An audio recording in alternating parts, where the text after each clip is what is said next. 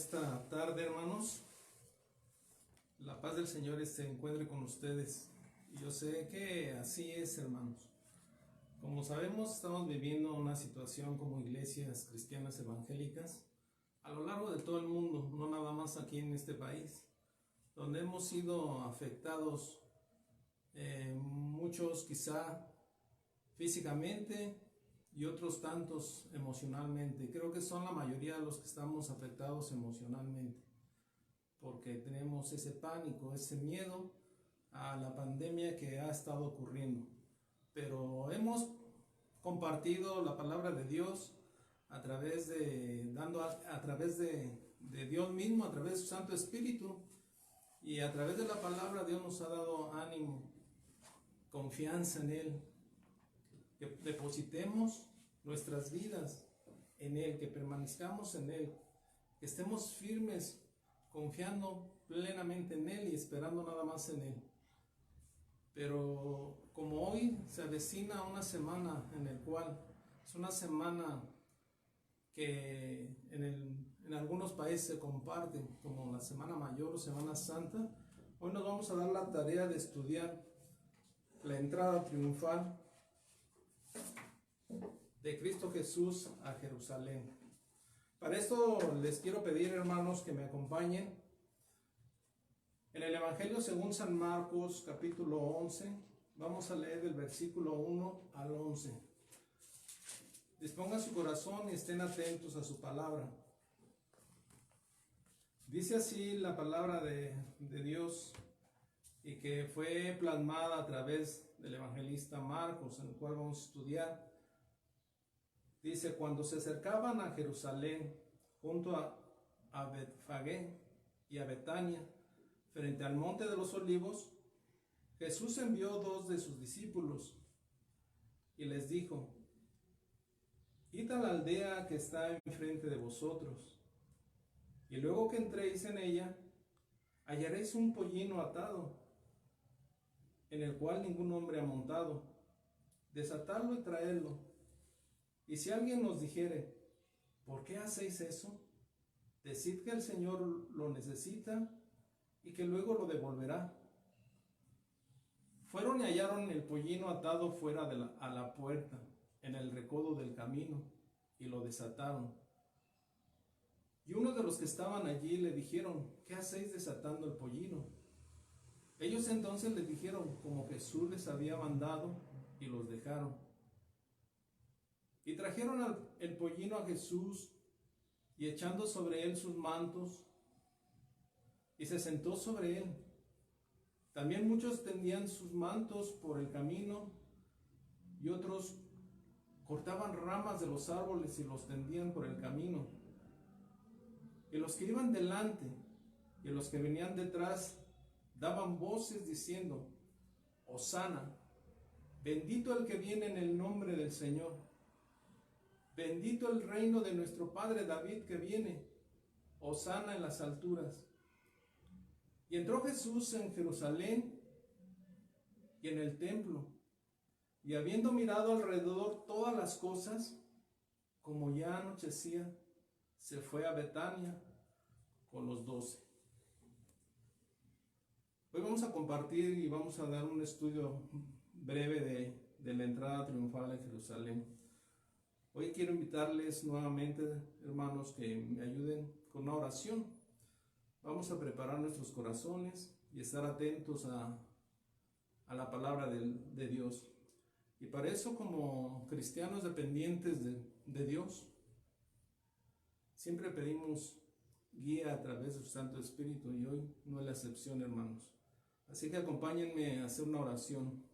Inclinen su rostro ahí donde estén, cierren sus ojos. Si algunos están juntos como familia, pues no tengan miedo de tomarse de las manos si así lo quieren hacer. Dios les va a proteger, hermanos. Señor bendito Padre, hoy, Señor, ponemos nuestras vidas en tus manos. Hoy ponemos y depositamos nuestra confianza en ti, Señor, porque nuestra vida gira alrededor de ti. Nosotros nos hemos convertido en cristianos que dependemos de tu Hijo Jesucristo, donde el centro de nuestras vidas es Él, donde dependemos de Él, donde Él es el centro del universo. Sin Él no podemos, necesitamos mucho de ti, necesitamos de todo esto que se está viviendo en el mundo entero. Y como en otras ocasiones había dicho y que tú me has guiado a decirlo, que muchos andan como ovejas sin pastor, no saben a dónde van, no saben a quién acudir, no saben qué hacer. Es triste, pero te ruego por ellos. Ayúdales, Señor. Sabemos de antemano que la solución está en ti, Señor, solamente en ti. Ayúdanos, Señor, Padre mío, a entender y comprender el propósito de tu venida por primera vez aquí en la tierra, en el cual tu nación santa, tu nación elegida no lo comprendió ni lo entendió. Y ahora en la actualidad nosotros como pueblo, como iglesia, creo que también no lo estamos entendiendo ni comprendiendo. Ayuda a que tu Santo Espíritu redarguya nuestro pensamiento y renueve esa forma de pensar. Que nosotros seamos agradables, Señor, a tu santa voluntad y oremos de acuerdo a tu voluntad y no a la propia. Te necesitamos, Señor. Yo creo que todo esto es parte de todo lo que está por venir. Es parte de que la tierra tenía que descansar y no te quedó otro remedio que hacerlo de esta forma, porque nosotros abusamos de tu creación. Ayúdanos a entender, Señor, que una vez que limpies esta tierra pueda permanecer así, podamos conservarla así, que no echemos mano de nuestra ignorancia nuevamente, de nuestro egoísmo, y que podamos nuevamente contaminarla con tanto pecado, con tanta maldad. Ayúdanos a entenderlo, Señor, y a comprenderlo. Hoy, Señor, me pongo en tus manos como un instrumento tuyo. Guíame, Señor, para compartir de tu palabra como siempre lo has hecho. Porque yo siempre he dicho, Señor, que si tú no estás a mi lado, yo nada puedo hacer. Que te necesito, Señor. Ayúdame, Señor, yo solamente soy un instrumento tuyo y como tal úsame. Que la honra y la gloria sea nada más a ti, Señor, porque tú eres el que merece la gloria, el honor y la honra, y nadie más, Señor. Ayúdame a compartir esta palabra, te lo pido en el nombre de Jesucristo. Amén.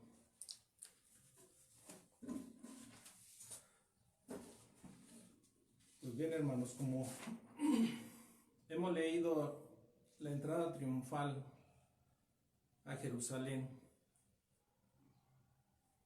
dice que Betania era una aldea situada a 3 kilómetros del sureste de Jerusalén, como está plasmado en el Evangelio según Juan, capítulo 11, 18, donde dice que aproximadamente la dividía una distancia de 15 estadios. Un estadio aproximadamente medía 211 metros, por lo cual nos daba aproximadamente 3 kilómetros de distancia. En Betania estaba el hogar de Lázaro, Marta y María, en el cual ahí estableció Jesús su morada para poder entrar a Jerusalén. Como está plasmado también en el siguiente versículo, el 19, o también en el capítulo de Juan 11:1, donde dice que Betania era el hogar de Lázaro, María y Marta. Betfagé quedaba entre Betania y Jerusalén. Era algo semejante, así como un barrio. Esta era una palabra aramea en el cual su significado era casa de los higos. La mayoría de los relatos que nos va a hacer el evangelista Marcos y que recopiló de Cristo tuvieron lugar en Jerusalén y sus alrededores, no a más distancia. Marcos evitó mencionar muchos otros milagros que hizo público Jesús, porque los plasmó Juan. Y realmente lo que Marcos quería era enfocarse sobre la entrada triunfal a la capital de su reino, Jerusalén. Todos estos sucesos que narran los evangelistas, los 4 evangelistas, tuvieron lugar por un periodo de 8 días antes de su muerte. Todo estos sucesos camino a Jerusalén no era otra cosa más que constituir el reino, y Jesús quería darle los principios de cuáles sabían cómo se debería de regir ese reino. Jesús realmente iba a entrar a la nación judía, al centro de la capital de su reino. Pero desafortunadamente yo creo que las autoridades judías pues vieron peligrar esta visita, en el cual empezaron a planear que Jesús no estableciera el reino de esa forma. Y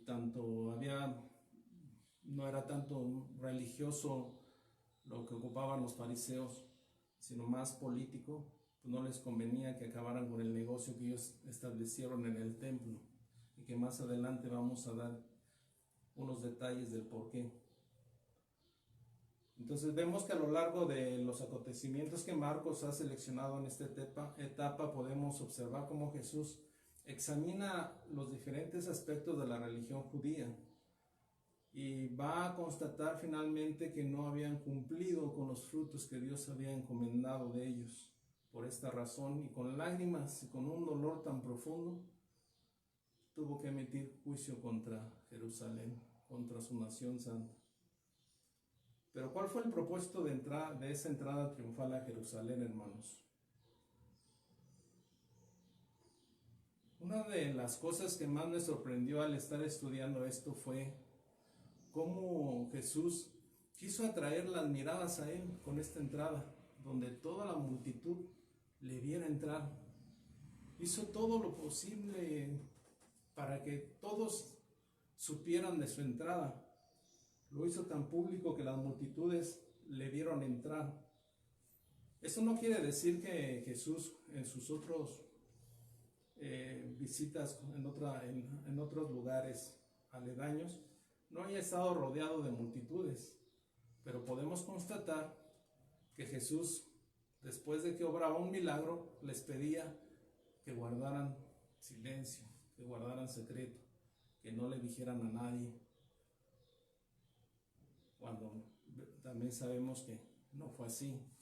La mayoría de los que les sobró el milagro pues no guardó tanto el secreto, pero la idea era que Jesús no quería verse, que las multitudes supieran de todo esto. Entonces aconsejaba a muchos de los sanados que guardasen silencio.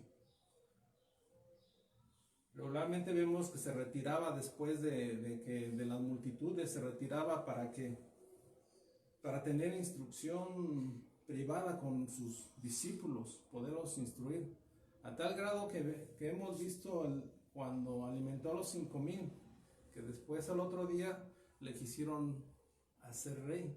Él realmente huyó de ellos, porque no era el objetivo que tenían ellos en su corazón. Entonces vamos viendo cómo Jesús hizo todo para que en la entrada triunfal todos lo supieran. ¿Y por qué? La pregunta que yo me hice fue, ¿por qué quería que ahora fuera diferente? ¿Por qué no hacerlo antes? ¿Por qué no darse a conocer él como el Mesías esperado, como el Hijo de Dios? Y me llevó a pensar que si hubiera tenido lugar antes, habría adelantado también el momento de la cruz. Que si hubiera tenido lugar esto antes, no habría habido tiempo suficiente para formar los discípulos y hacerlos apóstoles, en el cual ellos llevarían y anunciarían el reino a todo el mundo.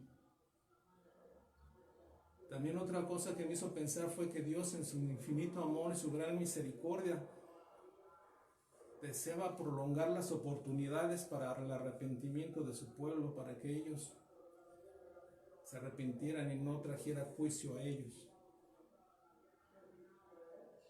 Jesús era el Mesías esperado y era el Mesías prometido como tal. Y como tal debía de manifestarse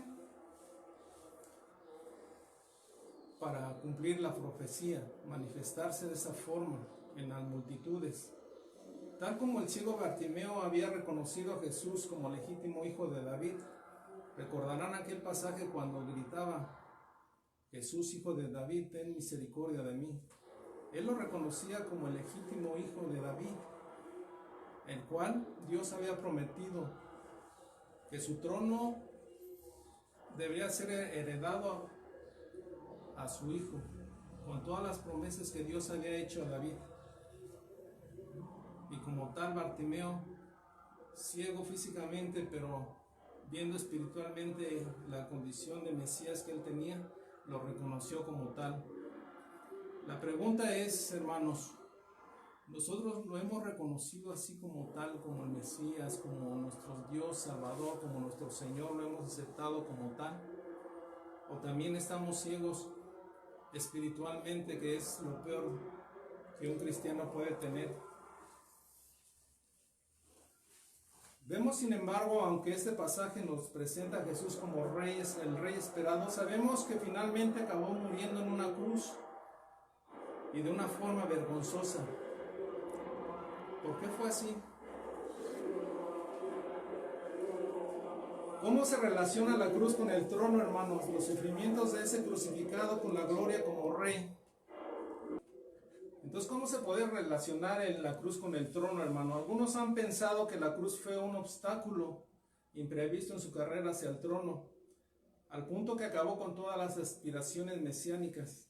Para los que piensan así, hermanos, entonces la resurrección fue un invento de los discípulos porque no querían o no se conformaban con un final tan trágico. Si pensamos de esa manera, que fue un obstáculo que ahí acabó, que fue una derrota, entonces debemos pensar que la resurrección de Cristo simplemente fue una invención de sus discípulos. Otros creen que la cruz fue un entreacto divinamente previsto, fue la antesala, una especie de espera para darle oportunidad que sus discípulos anunciaran el reino de Dios a todo el mundo. Pero en las palabras mismas de Jesús, la cruz no fue ni un obstáculo ni un intervalo útil, sino era el fundamento en el cual se establecería su reino, hermanos. Para cualquier lector atento a los evangelios, hermanos, no pasará inadvertido que Cristo Jesús no nada más hizo una entrada a Jerusalén, una entrada triunfal, sino fueron dos. La primera es la entrada en Jerusalén, con la cual estamos ahorita compartiendo, estudiando y analizando, y la segunda tuvo lugar una semana después, junto antes de ser arrestado. Esto está plasmado en el Evangelio también según Marcos, capítulo 14. Vamos a ver que es curioso que ambas ocasiones el Señor hizo los preparativos de antemano, enviando para ello a dos de sus discípulos. También en ambas ocasiones tomó prestadas ciertas cosas. En el primer caso fue un pollino de asna y en el segundo un aposento alto. Ya saben cuál fue la segunda entrada, ya con el aposento alto ya saben a qué me estoy refiriendo. Pero también hay contrastes en estas dos entradas y son muy significativas, porque mientras que en la primera ocasión el Señor arregló las cosas para que de manera que su entrada se generara la máxima publicidad sobre sí mismo, sobre su entrada, en cambio en la segunda entrada se aseguró que todo fuera hecho en silencio, en el máximo secreto. Otro detalle importante es que en ambas ocasiones el Señor se presentó como un cumplimiento profético de las Escrituras. Su entrada triunfal cumplió con exactitud lo anunciado por el profeta Zacarías, capítulo 9, versículo 9. Le vamos a dar lectura. Si me ayudan con sus Biblias, vemos que Zacarías es el antepenúltimo libro del Antiguo Testamento, antes de Malaquías. Y dice así: Alégrate mucho, hija de Sión, da voces de júbilo, hija de Jerusalén. He aquí tu rey vendrá a ti, justo y salvador, humilde y cabalgando sobre un asno, sobre un pollino, hijo de asna. Vemos que fue para cumplir esta escritura, mientras que la segunda entrada sirvió para cumplir la Pascua. Todo lo plasmado en el Pentateuco, la liberación del pueblo de Dios de la esclavitud en la nación de Egipto. Pero ¿qué propósito tenía Cristo con estas dos entradas en Jerusalén? Vamos a iniciar. En la primera entrada, una vez que pasó el fervor popular, se sustituyó por un odio. Los mismos que aquel día aclamaban a Cristo como rey, una semana después le gritaban ante Pilato para que fuera crucificado. Tanto el rey como su reino fueron rechazados por su nación y fueron rechazados públicamente. En este sentido público, el reino no será establecido, no iba a ser establecido en esa entrada hasta su segunda venida, como lo podemos constatar en el libro de Apocalipsis. Vamos al libro de Apocalipsis en el capítulo 19 y vamos a leer del versículo 11 al 16. Apocalipsis es el último libro del Nuevo Testamento, capítulo 19, versículo 11 al 16. Es una revelación que tuvo el apóstol Juan. Entonces dice: vi el cielo abierto, y aquí un caballo blanco, y el que lo montaba se llamaba Fiel y Verdadero, y con justicia juzga y pelea. Sus ojos eran como llama de fuego, y había en su cabeza muchas diademas, y tenía un nombre escrito que ninguno conocía sino él mismo. Estaba vestido de una ropa teñida en sangre, y su nombre es el Verbo de Dios. Y los ejércitos celestiales, vestidos de lino finísimo, blanco y limpio, le seguían en caballos blancos. De su boca sale una espada aguda para herir con ella a las naciones, y él la regirá con vara de hierro, y él pisa el lagar de vino de furor y de la ira de Dios Todopoderoso. Y en su vestidura y en su muslo tiene escrito el nombre: Rey de Reyes, Señor de Señores. Es una profecía que está por cumplirse, hermanos, y que yo creo que están tan cerca que si nosotros no estamos preparados, hermanos, nos va a sorprender. Como dice la palabra, como ladrón en la noche vendrá. Está próxima su segunda venida. Vemos realmente que la intención de Dios era que se estableciera el reino en ese momento.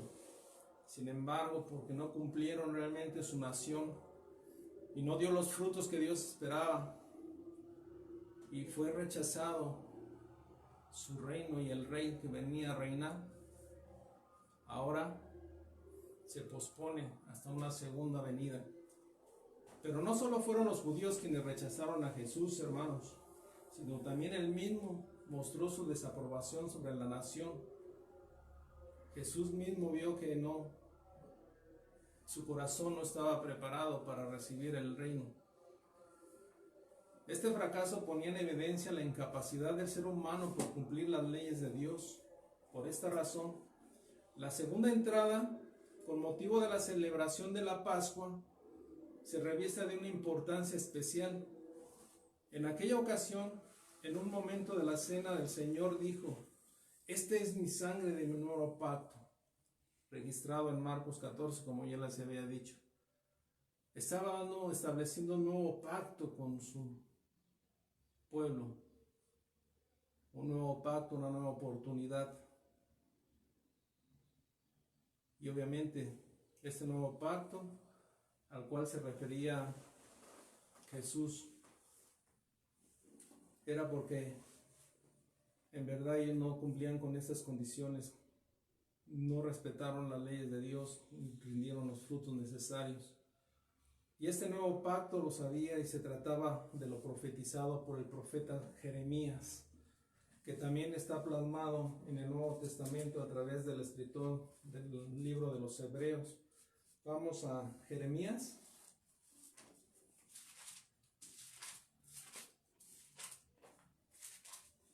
Jeremías capítulo 31.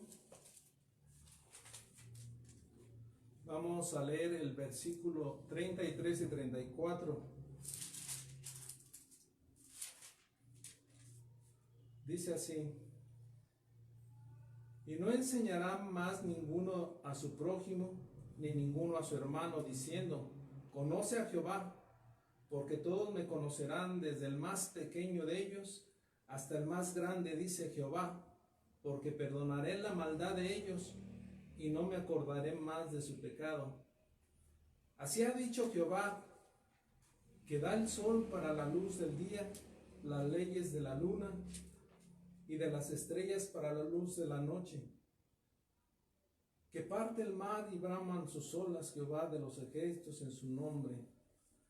Vemos realmente que este nuevo pacto se refería realmente a esta nueva oportunidad, un nuevo pacto donde realmente él tendría que cumplir con las condiciones, porque los hombres no son capaces de cumplirlas.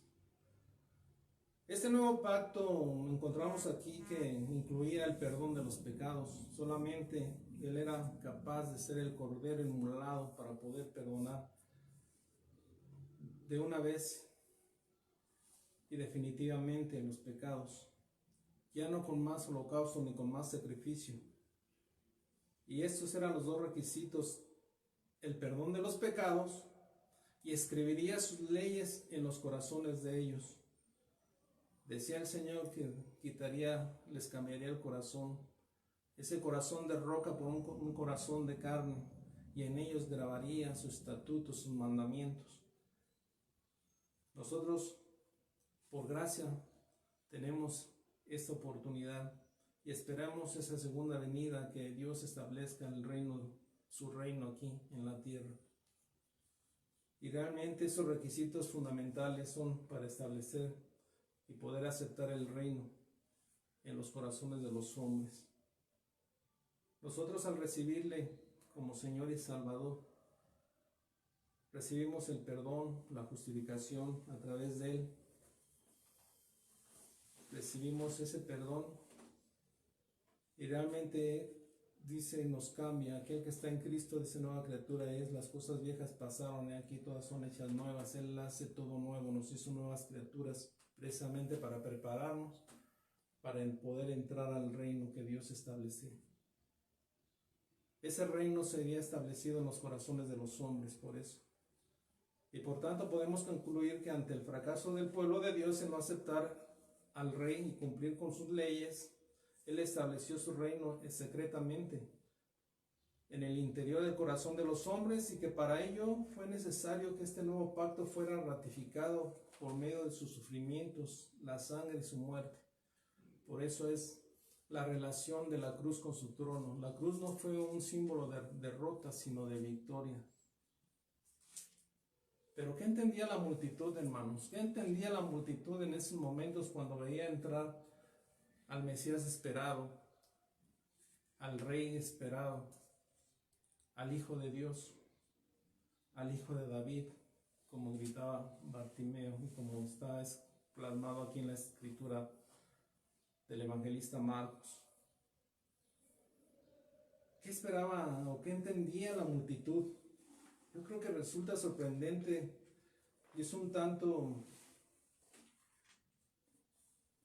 drástico cuando no entendían más que, no sé qué esperaban, pero lo que sí podemos ver es que una de las razones probables al ver al Mesías, lo veían como un Mesías en un sentido político, alguien que se levantaría contra el poder militar y político de los romanos, alguien que quería que que lo sacara de la opresión del Imperio Romano. Otros tal vez al entrar Jesús se unían a las comitivas, pues sabían de antemano que había pasado la resucitación de Lázaro. Y muchos se habían enterado y querían ver quién había tenido ese poder y esa capacidad para poder resucitarle. La Biblia plasma que es la resurrección de Lázaro, pero también la Biblia plasma que el primer resucitado fue Cristo Jesús. Entonces ahí podemos ver que es un error de traducción, porque realmente Lázaro no fue a la resurrección, sino más bien fue a la resucitación o a la restauración de la vida, ya que la diferencia entre una y otra palabra es que una resucitación o una restauración devuelves la vida, como un médico cuando ya encuentra a un paciente que tiene segundos que expiró o que dejó de respirar, le resucitan para volverlo a reanimar y volverlo a reanimar a la vida. Y muchos médicos lo llegan a lograr, pero esa persona vuelve a morir no sé cuánto tiempo, dependiendo del tiempo que le permitió el Señor. Entonces la diferencia es que una restauración a la vida, una resucitación, por llamarle así, es para que vuelvas a morir físicamente. Y una resurrección es levantarte a la vida eterna para que no mueras jamás. Y dice en la Biblia que el primer resucitado fue Cristo Jesús. Resucitó en cuerpo, alma y espíritu. Y Él está vivo, hermanos. Él vive. Y Él no va a morir jamás nuevamente. Por eso ya no vamos a tener una segunda oportunidad de alguien que venga a ser ese cordero inmolado. Ya Él ya lo fue. Y otros quizás se sentían contagiados, como lo vemos cuando hay manifestaciones y se unen muchas personas y les preguntan por qué manifiesta. Y dicen, pues no saben, no van en la bola. Así muchos también les sucedió en esa ocasión. Muchos pues se vieron tanto en la multitud que pues se acercaron a ver qué estaba pasando, quién era, ¿no? Investigar, la curiosidad decimos, ¿no? Y muchos de los que se acercaban así es porque sabíamos que se acercaba la fiesta de la Pascua y Jesús pues estaba pasando en ese momento a su lado. Y otros quizá como líderes religiosos simplemente lo observaban mientras preparaban su asesinato, planeaban, buscaban pretextos para poderle acusar y condenar. Pero entre todos ellos yo me preguntaba, ¿habría alguien que entendía que Jesús era el rey manso y humilde en el cual se había profetizado el profeta Zacarías? ¿Comprenderían que él iba a ocupar una cruz en lugar del trono de David?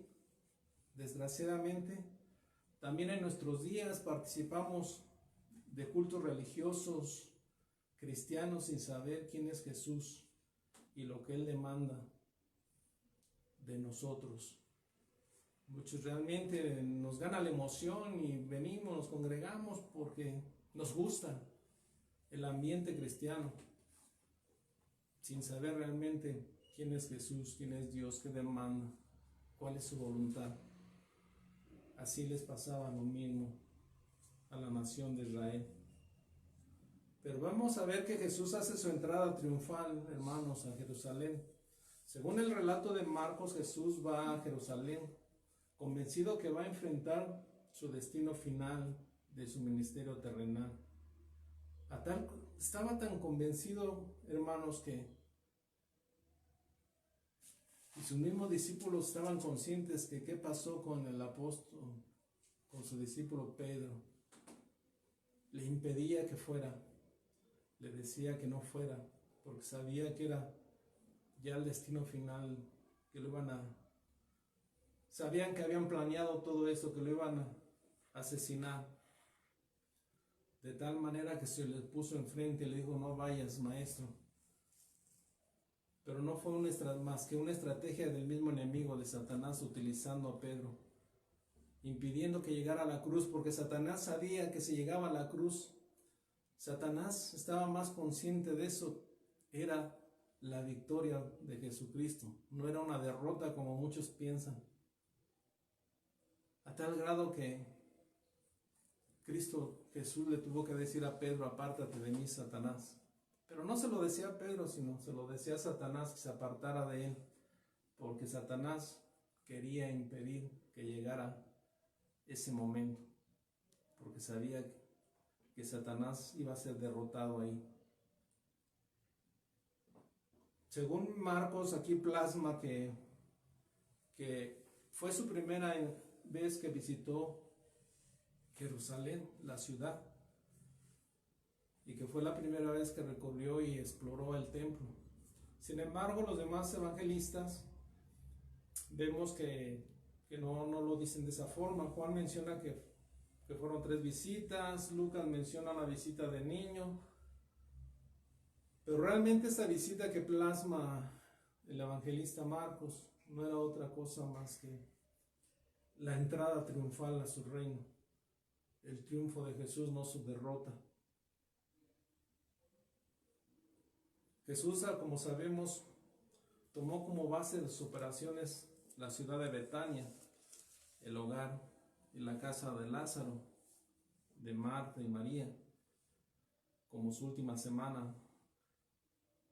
El pasaje está cargado de imágenes del gran guerrero escatológico. Es una escatología aquí, ese guerrero escatológico en el cual iba a guiar a Israel en su batalla final, según Zacarías, en el capítulo 14, versículo del 1 aquí al 5, vamos a leerlo. Es más que nada, es algo escatológico, algo que va a suceder, hermanos, la batalla final. Zacarías capítulo 14, dice así, vamos a leer el versículo del 1 al 5. He aquí, el día de Jehová viene, y en medio de ti serán repartidos tus despojos. Porque yo reuniré a todas las naciones para combatir contra Jerusalén, y la ciudad será tomada, y serán saqueadas las casas, violadas las mujeres, y la mitad de la ciudad irá en cautiverio, mas el resto del pueblo no será cortado de la ciudad. Después saldrá Jehová y peleará contra aquellas naciones como peleó en el día de la batalla, y se afirmarán sus pies en aquel día sobre el monte de los olivos, que está enfrente de Jerusalén al oriente, y el monte de los olivos se partirá por en medio, hacia el oriente y hacia el occidente, haciendo un valle muy grande, y la mitad del monte se apartará, una hacia el norte y la otra mitad hacia el sur. Y huiréis del valle de los montes, porque el valle de los montes llegará hasta Asán. Huiréis de la manera que huiréis por causa del terremoto en los días de Usías, rey de Judá. Y vendrá Jehová mi Dios, y con él todos sus santos. Es un evento escatológico donde viene Cristo Jesús con los suyos después del arrebatamiento, después de la gran tribulación, a establecer el reino milenial. Por eso es totalmente establecido esto del monte de los olivos. ¿Por qué esos 3 lugares? Betania, Betfagé y el monte de los olivos, porque realmente era algo que en un futuro ahí va a ser esa batalla final, donde Cristo vendrá y posará sus pies y va a venir su segunda venida a establecer su reino, el reino milenial habla. Entonces esos eventos escatológicos en el cual muchos no comprendemos. La venida del Señor está próxima, pero sabemos de antemano que muchos manejan 2 venidas, otras 3. Nosotros creemos que son 3 venidas de Cristo Jesús. La primera venida, su nacimiento; la segunda, cuando venga entre las nubes, el arrebatamiento por los suyos; y la tercera venida es cuando venga a establecer su reino milenial. Nosotros estamos conscientes que así es. y así será. Pero vamos a continuar con este estudio, hermanos, de la entrada triunfal a Jerusalén. Jesús mezcla su entrada con la imagen de Zacarías 9:9, donde el rey viene sentado en un animal que no había sido montado, ¿verdad? La palabra para este animal en griego es polo, palabra que se usa tanto para pollino como para potrito. El animal representa la pureza y la humildad del rey escatológico, distinto a lo que esperaba la gente. Dice la palabra de Dios que envía a Betfagé a sus discípulos a buscar el animal, el cual los discípulos tomarán. Y se los cuestionaban, le dirían simplemente al dueño que el Señor lo necesitaba y luego se lo devolvería. Sin lugar a dudas, esta descripción que Marco nos hace de la entrada triunfal de Jesús, yo creo que tuvo que haber sorprendido a muchos de los primeros lectores romanos, porque ellos estaban acostumbrados a que los desfiles de entrada triunfal pues eran como un general victorioso, y el mismo César, cuando triunfaba en una batalla, usaba un carruaje dorado que iría rodeado por sus oficiales más importantes, y el desfile exhibirían esos tesoros y prisioneros conquistados. También los sacerdotes romanos iban allí ofreciendo incienso a sus dioses. Por eso es de que digo yo que debió de haber sorprendido a los primeros lectores romanos. Sin embargo, vemos que la entrada que Cristo Jesús hizo como rey, lo hizo montado. ¿Qué quería darnos como enseñanza el Señor? Pues en primer lugar, la humildad que el Señor Jesucristo, al ir montado en un asnillo, sin prisioneros ni riquezas. Esto serviría para mostrarnos que se estaba presentando como el príncipe de paz, en el cual habló el profeta Isaías en el capítulo 9, versículo 6, y el Salvador humilde que nos muestra Zacarías 9:9. Pero lo más sorprendente es cuando les dice a sus discípulos ir y hallará a un pollino atado en el recodo del camino. Y si alguien les cuestiona, díganle, el Señor lo necesita. Un detalle realmente increíble es que esta palabra viene del griego Kyrios, que quiere decir Señor. Y en la Biblia Kyrios se utiliza para mostrar al Señor, a Dios Todopoderoso, al Señor que todo lo puede, al dueño de todo lo creado. Y en este momento díganle que el Señor lo necesita. Él se mostraba como tal, como el Señor, el Todopoderoso, se igualaba a su Padre. Y no era mentira, era verdad. Cristo era Dios, el Dios verdadero, haciéndose hombre, mostrándose como persona. El Señor lo necesitaba, pero la pregunta es, y lo que nos sorprende es, ¿puede necesitar algo de los hombres Dios? Lo cierto es que Él tiene todo y todo lo puede. Él es dueño de todo, como que ¿qué puede necesitar de los hombres? Sin embargo, mostró esa humildad tan grande que dice que Dios descendió de su trono y se hizo hombre y dependió de un hombre. Así como nosotros fuimos adoptados por Dios como hijos a través de Cristo Jesús por medio de la fe, Cristo aquí en la tierra hizo el mismo papel de necesitar de sus criaturas y fue adoptado por un hombre. ¿Por quién? Por José. Su adopción que hizo José nos mostraba la adopción que como padre José lo trató como su hijo legítimo aquí en la tierra. Lo procuró, le enseñó el oficio. Igual el Señor nos trata como hijos y nos da los mismos privilegios que su Hijo Jesucristo. Vemos realmente la humildad que el Señor tiene para humillarse de tal forma de necesitar de sus criaturas. Pero aún así, Él no obliga a sus criaturas a hacer las cosas si las criaturas no lo quieren hacer. O sea, realmente respeta esa libertad y por amor espera que nosotros lo entreguemos y entreguemos las cosas que Dios necesita voluntariamente. Él no las toma, a tal grado que el apóstol Pablo lo plasmó en la segunda carta a Corintios. A los Corintios, en el capítulo 8, 9, lo plasma de esta forma: porque ya conocéis la gracia de nuestro Señor Jesucristo, que por amor a vosotros se hizo pobre siendo rico, para que vosotros con su pobreza fuésemos enriquecidos. Realmente los únicos beneficiados de todo esto somos nosotros, hermanos. Dios mostró realmente todo esto para que nosotros fuéramos enriquecidos y fuéramos aceptados como hijos de Dios.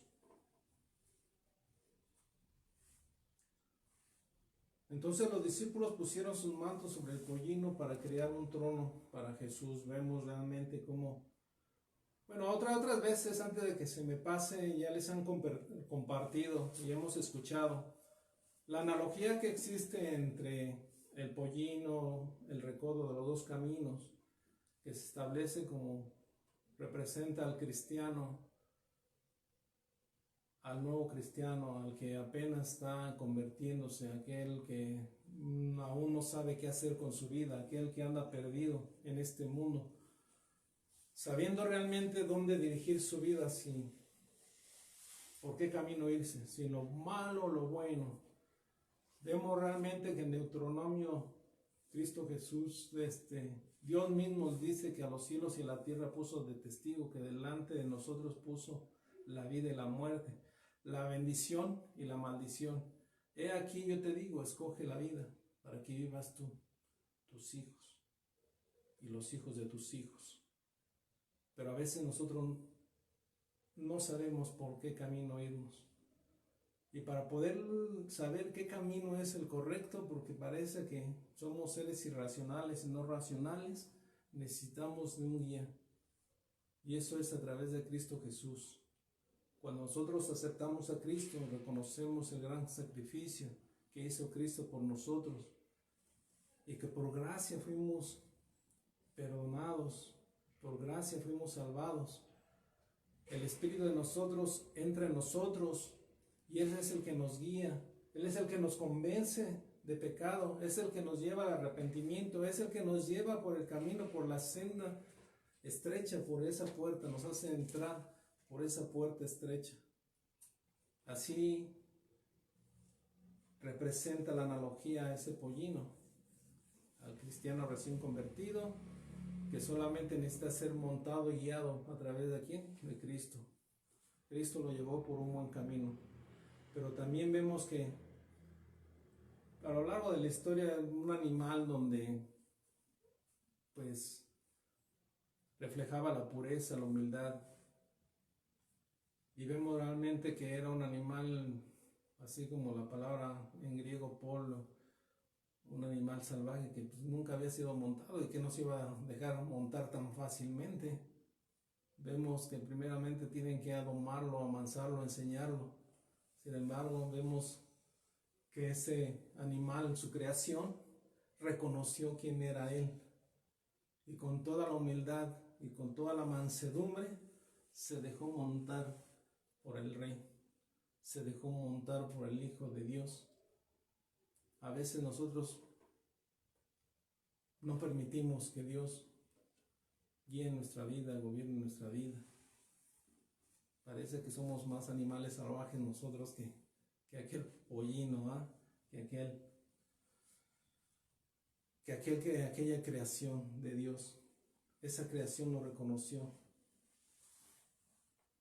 Dice que los discípulos le tienden los mantos sobre ese pollino y se posiciona en una calle, esa calle en la cual había casas en ambos lados, dice, era como un callejón.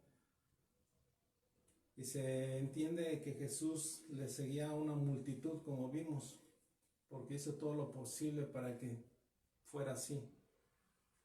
Sus discípulos y la gente salió de las casas a recibirle. La gente comienza a recibirle poniendo mantas, tendiendo sus ropas en las calles para que se cumpliese la profecía que está en el segundo libro de Reyes, capítulo 9, versículo 13. Vamos a leerlo. En el segundo libro de Reyes, capítulo 9.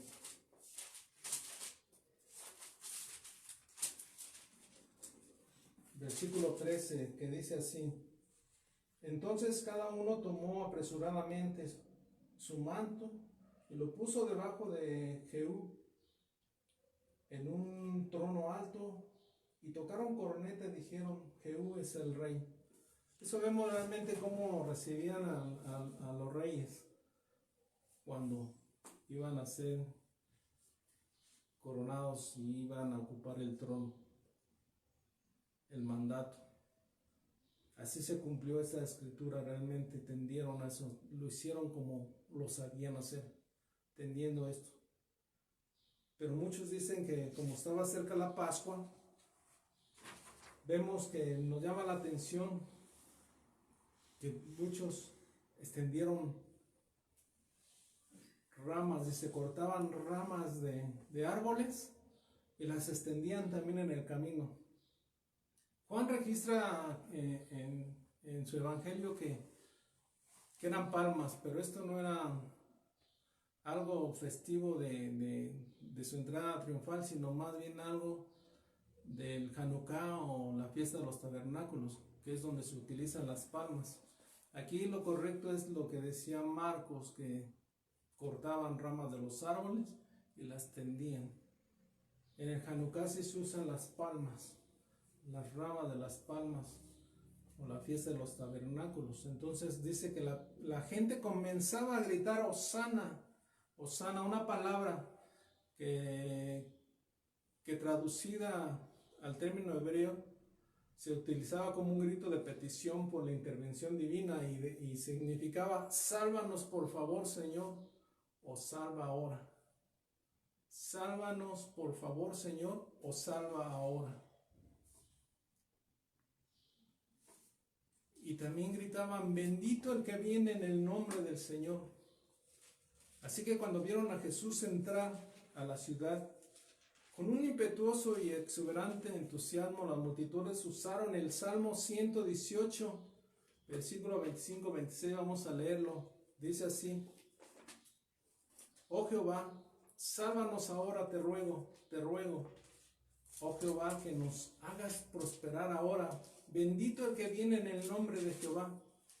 Desde la casa de Jehová os bendecimos.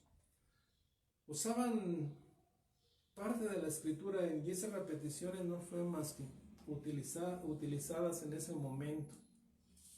Pero también otra palabra que gritaban: bendito el reino de nuestro padre David que viene.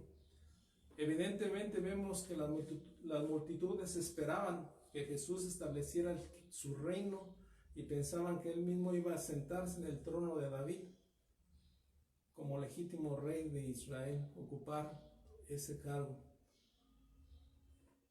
Pero entre todos ellos que estaban, también estaban algunos fariseos,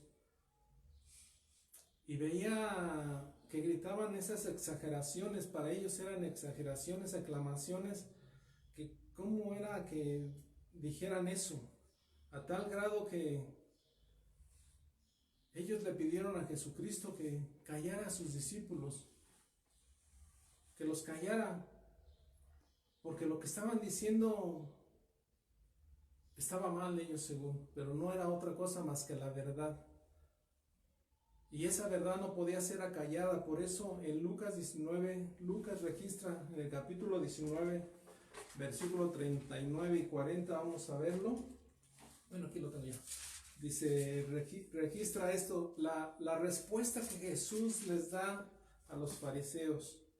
Dice así: entonces algunos de los fariseos de entre la multitud le dijeron: maestro, reprende a tus discípulos. Él respondiendo les dijo: os digo que si estos callaran, las piedras que clamarían. O sea, era una verdad que no podía ser callada. porque él era el hijo legítimo de David, en el cual todas las promesas se habían puesto que él iba a ocupar el trono. Pero desafortunadamente la gente pensaba en un trono terrenal, mientras que Jesús sabía que trono iba a ocupar, un trono totalmente diferente, no un trono terrenal, a tal grado que Jesús en su entrada a Jerusalén no llegó al palacio, sino llegó ¿a dónde? Al templo. ¿Por qué razón? Primeramente porque él era su casa, y el lugar de su trono estaba ahí, como siempre, y a lo largo de la historia nos lo ha manifestado, que cuando ellos vagaban por el desierto, Dios le había dado indicaciones a Moisés sobre el tabernáculo, cómo debía ser erigido, y el cual iba a habitar en el tabernáculo. Su trono estaba ahí en el templo.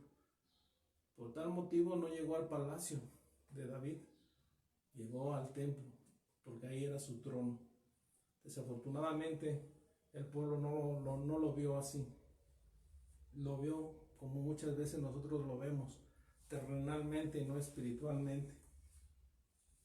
Pero vemos que al mismo tiempo se trataba de una visita oficial al mismo corazón de su nación, con la finalidad de llevar a cabo una inspección espiritual, lo vimos, de su nación. Inspeccionaba los corazones de aquellos que Dios había elegido como nación santa, aquellos que les había entregado su ley, aquellos que deberían de haber rendido frutos y que no lo hicieron. Por eso más adelante, en una lectura más adelante sobre la higuera estéril, no se refería más que a esto. Los frutos que no habían dado se representaba a su nación, al pueblo de Israel, esa higuera, el cual no habían dado los frutos. Y también sirvió para cumplir otra profecía, la profecía en el libro de Malaquías. En Malaquías capítulo 3, versículo 1, lo podemos ver. Malaquías, el último libro, está aquí plasmado del Antiguo Testamento. En el versículo 3, capítulo 3, perdón, versículo 1, dice: He aquí, yo envío mi mensajero, el cual preparará el camino delante de mí, y vendrá súbitamente a su templo el Señor a quien vosotros buscáis, y el ángel del pacto a quien deseáis vosotros, he aquí viene, ha dicho Jehová de los ejércitos. Envió a su Hijo precisamente para establecer el reino prometido. Vemos que desafortunadamente el pueblo no lo entendió, no lo comprendió, como también quizás nosotros no hemos comprendido la segunda venida de Cristo. Esto que para muchos quizá les ha parecido como fantasioso sobre el rapto, el arrebatamiento, y que desafortunadamente muchos líderes religiosos cristianos evangélicos dicen no creer en esta doctrina. Están realmente ignorando estas profecías, están ignorando muchas cosas. Por eso dice: como ladrón en la noche los sorprenderá. Luego dice que después de todo esto inspecciona el templo, inspecciona los corazones, y luego dice que recorre la ciudad, porque ya anochecía, dice la palabra, se fue a Betania con los 12. Dice que después de haber mirado alrededor todas las cosas, aunque se suponía que era su casa, lo que vio no le permitía estar a gusto. La pregunta es: ¿qué fue lo que vio? ¿Qué fue lo que le desagradó a Cristo Jesús? Bueno, si seguimos leyendo unos versículos más adelante, después de la higuera, vemos que su casa había sido convertida en un templo de mercaderes, en un negocio donde realmente la fe era lucrada. En Marcos 11, 15, 19 versículos más adelante dice: mi casa será llamada casa de oración para todas las naciones, mas vosotros la habéis hecho cueva de ladrones. Vemos realmente qué fue lo que vio, que le desagradó a tal manera que no se sintió a gusto y mejor prefirió salirse.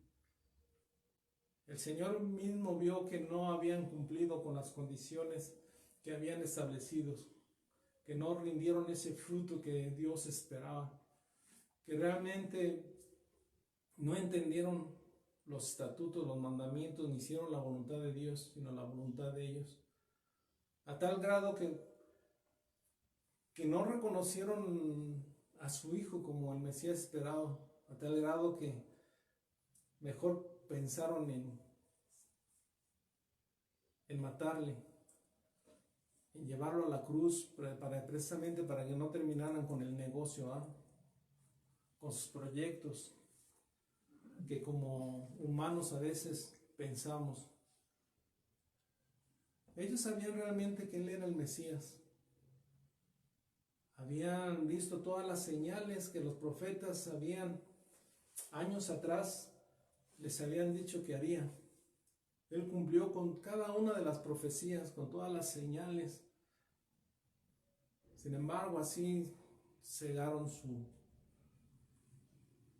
su vista espiritual, no quisieron reconocerlo. Por tal motivo, dándoles todo el tiempo el Señor, porque el Señor no quería que ninguno se perdiera, tuvo que emitir juicio para la nación.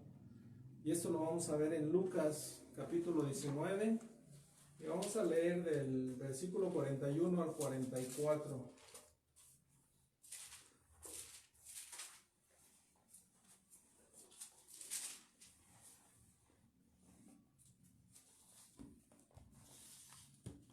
Dice: cuando llegó cerca de la ciudad, al verla lloró sobre ella, diciendo: oh, si también tú conocieses, a lo menos en este día, lo que es para tu paz, mas ahora está encubierto de tus ojos, porque vendrán días sobre ti, cuando tus enemigos te rodearán con vallado, y te sitiarán por todas partes, te estrecharán, y te derribarán a tierra, y a tus hijos dentro de ti, y no dejarán en ti piedra sobre piedra, por cuanto no conociste el tiempo de tu visitación. Tuvo que emitir, con el dolor en su corazón, tuvo que emitir ese juicio para esa nación. Vemos ya a lo largo de la historia todo lo que pasó, ¿verdad, hermanos? Pues que no nos pase lo mismo a nosotros, hermanos. Como conclusión, yo creo que nosotros debemos anhelamos esa segunda venida, y porque anhelamos esa segunda venida, que no vaya a pasar como les pasó a la nación de Israel. Hemos escuchado que cuando venga el arrebatamiento, no todos serán arrebatados. Iglesias de miles, quizá 1 o 2 se vayan nada más. Alguno que cumpla con las condiciones, que haya rendido el fruto en su corazón. Pero va a venir por sus santos, por su iglesia. No habla de una iglesia local, sino de una iglesia, la iglesia universal, que son todos aquellos que han aceptado a Cristo como Señor y Salvador en sus corazones, que están esparcidos por todo el mundo. Yo ruego a Dios que esta iglesia Monterrey, los que seamos arrebatados todos. Que no nada más escuchemos de que uno nada más se fue, sino todos como una familia ser arrebatadas. Qué maravilloso sería. Para esto hay que dar frutos, hermanos. Para esto hay que aferrarnos a Dios, hay que creer, hay que confiar, hay que seguir esperando en el Señor. Hoy, hermano, amigo que tú me escuchas, si tú aún no has aceptado a Cristo como tu Señor y Salvador, yo te invito, es el momento de hacerlo. No sabemos si el día de mañana su venida está pronta. Las señales se están viviendo hoy en día. Todo esto se está viviendo como señales. Debemos de temer, hermanos. Dice la Biblia que le busquemos mientras pueda ser hallado. Quizá el día de mañana va a emitir este juicio que emitió igual a Jerusalén. Y quizá va a venir con la tristeza, el llanto en su corazón, a emitir ese juicio. Va a venir como el juez. Y muchos nos vamos a quedar si no hacemos caso.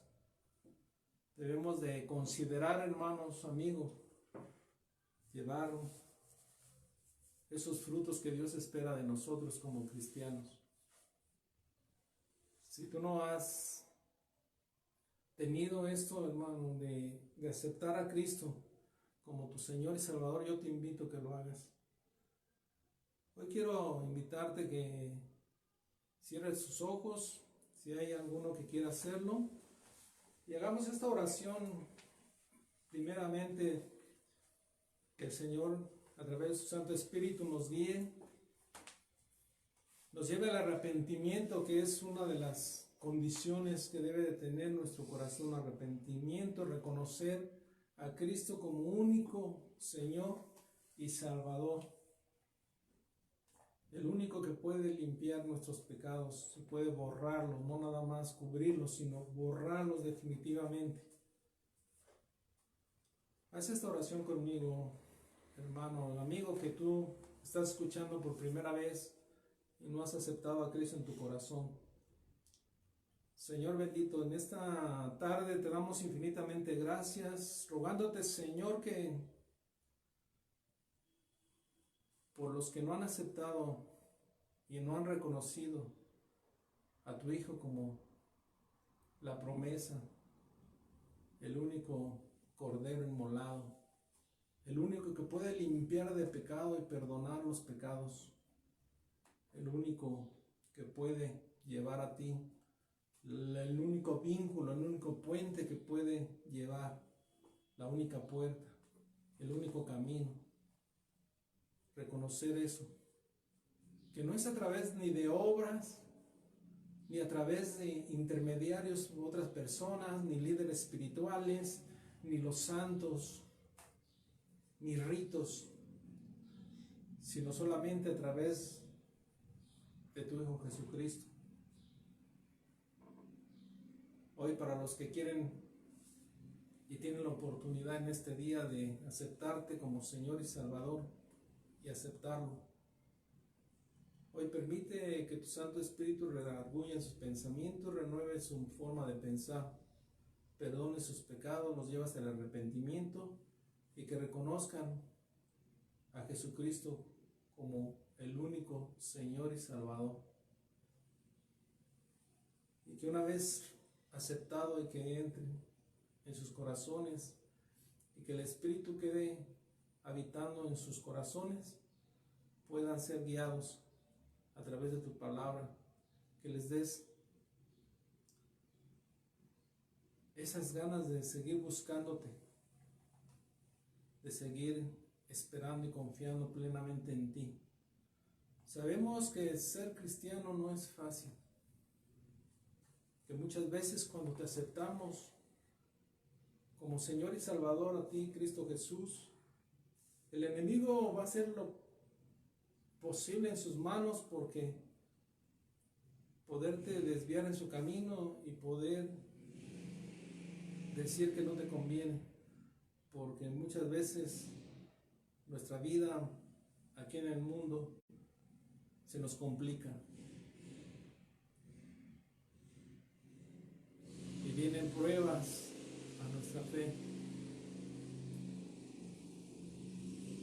y vienen angustias, aflicciones, pero Cristo Jesús nos ha prometido que en el mundo tendremos aflicciones, pero confiad en Él porque Él venció al mundo.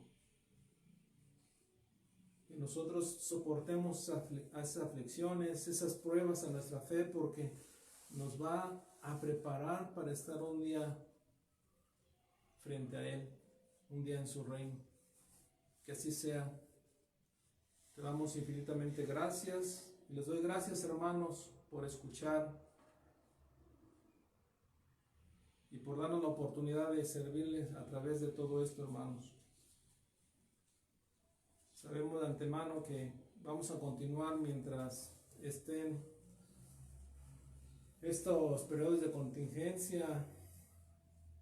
Vamos a ser obedientes como cristianos y vamos a continuar esperando en el Señor que pronto se revele, pero todo esto tiene un propósito, hermanos, y lo vamos a ver reflejado. Yo sé que esto es un propósito de Dios.